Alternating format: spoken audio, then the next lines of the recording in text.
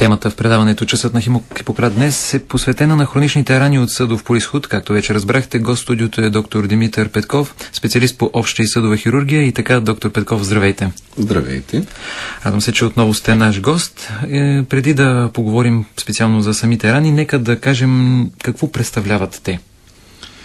По определение, хроничните рани са рани, които не заздравяват повече от 8 седмици, независимо от провежданото лечение. В областта на съдовите заболявания има 3 основни заболявания, които водят до развитието на такива хронични рани. И това е напредналата хронична венозна недостатъчност, диабетното стъпало и, разбира се, раните от развитието на артериална недостатъчност, на така наречената хронична артериална недостатъчност. И при трите вида причини, общото между тях е, че се появяват рани, които постепенно увеличават размерите си, влошават състоянието на пациентите и много често, въпреки провежданото лечение, състоянието се влошава, независимо на опитите този процес да бъде овладян.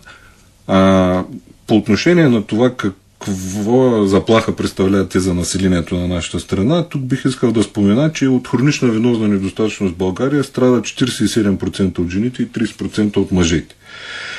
По данни на едно проучване, което беше проведено преди съвсем скоро, около 300 000 пациенти в България са в най-тежкия стадий на хроничната венозна недостатъчност. Най-тежките 2 стадия, 5 и 6, при които в 6 стадии се появяват незарастващите венозни язви и пациенти преминават обикновено в по-горния стадий, когато заздравеят, или обратно при влошени грижи автоматично попадат отново в 6-ти стадий, т.е. в стадия, в който се отварят отново раните. Така че около 300 000 пациенти в България имат нужда да бъдат следени, да бъдат лекувани адекватно, за да могат да си решат проблема. Около 15% от диабетиците развиват синдрома на диабетното стъпало, което също е един изключително висок процент и който също създава много сериозни проблеми.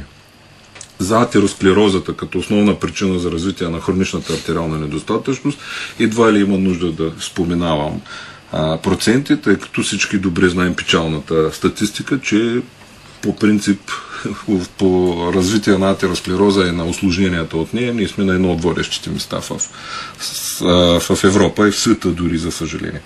При хроничната артериална недостатъчност също се стига при прогресирането до отваряне на хронични прогресиращи рани, които са свързани с тежък болеви синдром, много често с инфекции, с секреция с неприятна миризма и покрити с некрози и фибринови налепи, които така най-образно може да бъдат описани като различни по цвят и структура образования самата рана.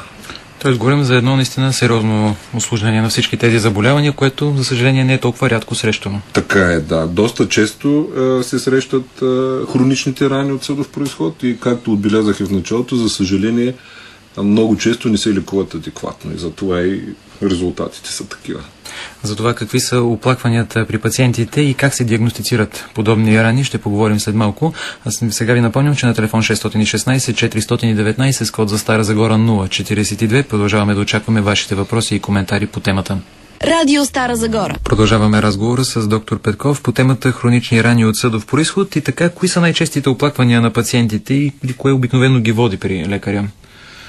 Общата черта при всички оплаквания е развитието на така наречената хронична рана. Т.е. рана, която се отваря, постепенно прогресира, влошава състоянието на пациента и въпреки провежданото лечение не води до подобрение. Причините за развитието на хроничните рани от съдов произход при различните заболявания, както споменахме, при венозната недостатъчност, диабета и атеросклерозата са различни, но общото е оформянето точно на тази рана.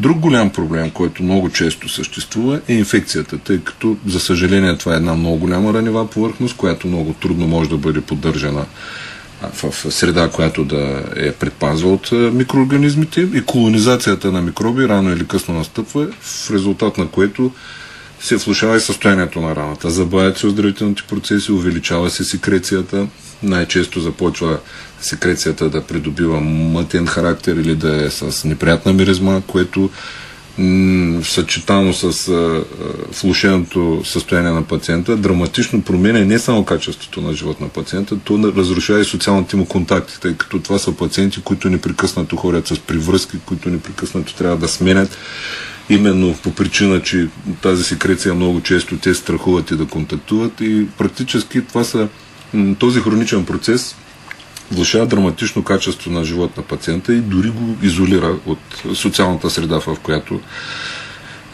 живее. И третата, така, бих могъл да кажа, характеристика на раната е развитието на некрози и фибринови налепи, които всъщност представляват загинали тъкани в самата рана, които обаче не могат да бъдат изчистени самостоятелно от самия организъм на пациента и трябва да се подпомагат много активно чрез лечение, тъй като те също влошават състоянието, стават среда за инфекцията и, което е най-лошото, забавят оздравителните процеси в раната.